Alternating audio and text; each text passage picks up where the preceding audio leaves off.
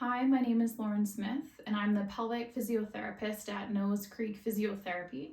And in today's blog post, we're going to be discussing urge urinary incontinence. And for many of my patients, what they describe this as is an uncontrollable urge to urinate. So they have to pee frequently throughout the day. And for a lot of my patients, they feel like they always have to go and a urinary tract infection's already been ruled out. And a lot of times when they're using the bathroom, they're only getting a couple dribbles out, so they feel like they're not fully emptying their bladder. And there are several causes, just like other pelvic floor issues, that can cause this urge urinary incontinence. But for many of my patients, the cause tends to be an overactive pelvic floor. So once again, we have that increase in tone through the pelvic floor. It's very, very short. So for a lot of my patients, once again, they're not able to fully use that pelvic floor well. And they're, again, getting that uncontrollable urge to urinate. And for a lot of them, they tend to get leaks with that as well.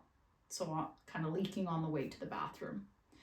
So what we tend to focus on, once again, because it's more that increase in tone or that tightness through the pelvic floor, is we're working on lengthening and relaxing those muscles, which tends to be a lot through breathing exercises and stretching.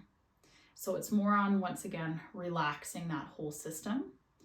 The other piece that we're also looking at is we're doing a lot of education about kind of bowel and bladder habits.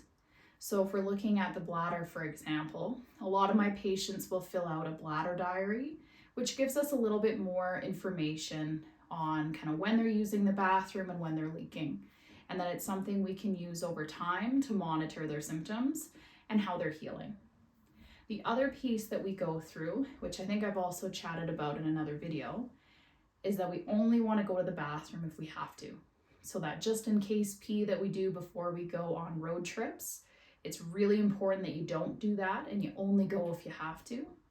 The other piece, which is on the other end of that spectrum, is you don't want to be holding your bladder as long as you can so you get pain.